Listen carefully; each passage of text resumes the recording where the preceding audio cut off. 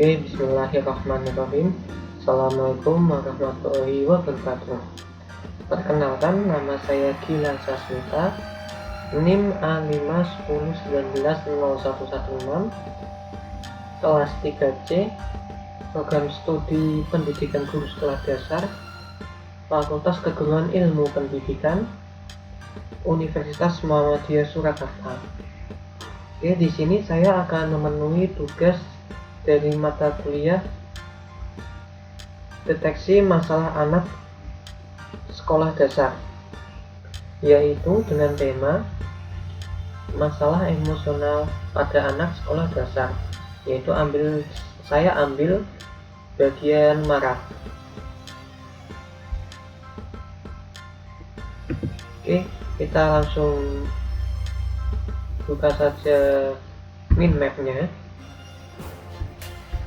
Nah, di sini sudah saya tampilkan tentang minmap masalah emosional anak sekolah dasar. Saya membaginya menjadi 3 pembahasan, yaitu pertama karakteristik, lalu yang kedua faktor, lalu yang ketiga sikap. Oke, kita akan membahas yang pertama.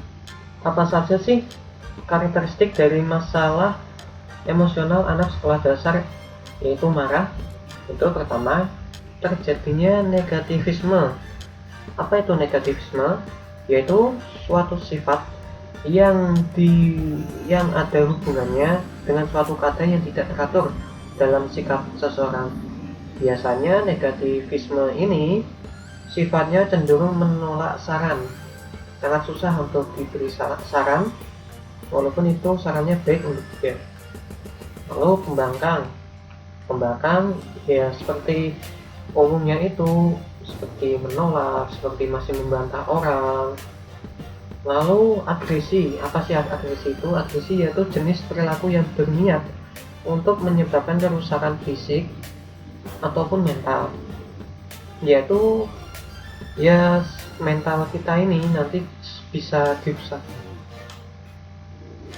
Lalu menggoda di sini lebih condong ke sifat yang arah ke negatif.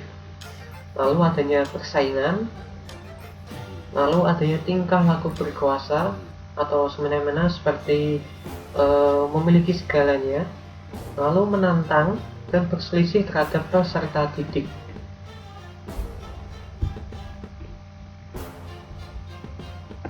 Nah, lalu kita lanjut ke faktor. Apa saja sih faktor-faktornya? Yaitu yang pertama, keadaan anak. Keadaan individu pada anak, misalnya cacat tubuh ataupun kekurangan pada diri anak, akan sangat mempengaruhi perkembangan emosional, bahkan akan berdampak lebih jauh pada kepribadian anak. Lalu faktor yang kedua, faktor belajar, yaitu pengalaman belajar anak akan menentukan reaksi potensial mana yang mereka gunakan untuk marah. Dan pengalaman belajar yang menunjang perkembangan emosi antara lain, yang pertama, belajar dengan coba-coba. Yang kedua, belajar dengan meniru. Yang ketiga, belajar dengan mempersamakan diri. Yang keempat, belajar melalui pengondisian. Yang kelima, belajar dengan bimbingan dan pengawasan. Lalu ke faktor yang ketiga. Apa sih faktor yang ketiga? Faktor ketiga yaitu konflik-konflik dalam proses perkembangan. Setiap anak melalui berbagai konflik dalam menjalani fase-fase perkembangan yang pada umumnya dapat dilalui dengan sukses. Namun, jika anak tidak dapat mengamati konflik-konflik tersebut, biasanya mengalami gangguan emosi. Lalu faktor yang terakhir, faktor lingkungan keluarga.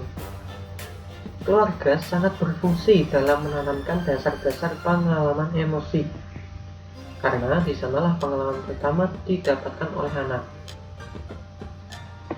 Nah, setelah tadi membahas faktor, sekarang kita membahas tentang sikap. Sikap di sini ada 3, sikap orang tua, sikap guru, dan sikap teman. Oke, bagaimana sikap orang tua? Bagi orang tua, yang pertama memahami karakteristik anak dan menerapkan pola asuh yang tepat pada anak guna mendukung perkembangan sosial emosional anak. Lalu yang kedua, menanamkan pendidikan yang berkarakter pada anak sejak dini agar mampu bersosialisasi dalam masyarakat dengan baik. Lalu sikap dari seorang guru. Guru diharapkan dapat memperhatikan dan memahami emosi para anak. Dengan begitu, dapat membantu guru mempercepat proses pembelajaran yang lebih bermakna dan permanen. Guru harus memperhatikan dan memahami emosi anak dengan membangun ikatan emosional, menciptakan kesenangan dalam belajar, menjalin hubungan dan menyingkirkan segala ancaman dari suasana belajar. Dengan memahami perbedaan setiap anak, diharapkan agar tidak ada penyimpangan seperti kekerasan antara guru kepada anak atau antara anak satu dengan anak yang lain, serta dapat memberikan sumbangan positif bagi prestasi belajar mereka di sekolah. Lalu yang terakhir, sikap dari seorang teman. Teman diharapkan tidak mengucilkan temannya yang memiliki sifat pemarah, melainkan teman harus merangkul teman yang pemarah agar teman pemarah tersebut dapat belajar dari teman yang lain cara mengendalikan emosi yang baik.